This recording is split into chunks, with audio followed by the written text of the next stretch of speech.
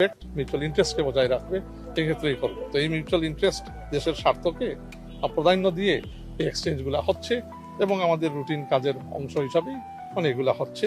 Of course একটা overwhelming আগ্রহ ওনাকে নিয়ে, যেহেতু ওনারা দেখছে যে তারেক রহমান বাংলাদেশের মানুষের কাছে কি এবং বাংলাদেশের মানুষ তারেক রহমানকে কোন জায়গায় দেখে। তো এইটা তারা উপলব্ধ they can feel and feeling that they are eager to exchange views with him and vice versa.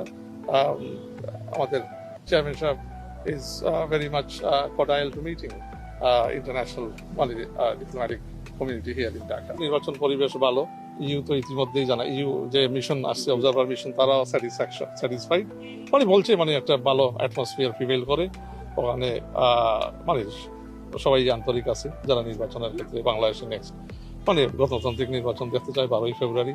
আমরা একটা ট্রানজিশন পিরিয়ড, এইটা আমরা গত 15 বছর কাছে একটা স্বৈর শাসককে, এখন বাংলাদেশের মানুষ এই স্বৈর শাসককে বিতাড়িত করে এখন একটা ডেমোক্রেটিক ট্রানজিশনের দিকে যাচ্ছে 12ই ফেব্রুয়ারি।